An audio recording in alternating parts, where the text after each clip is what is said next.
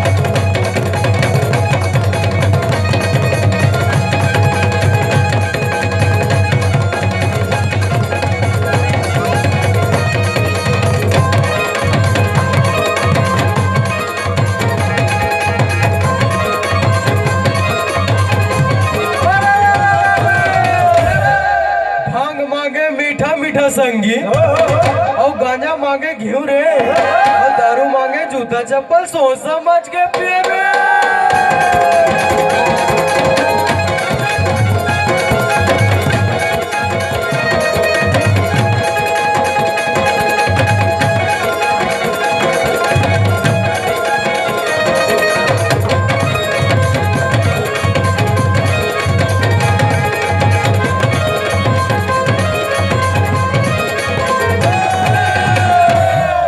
सावन में सवना ही रे सुवना बर्बादो चना कई दारे हो।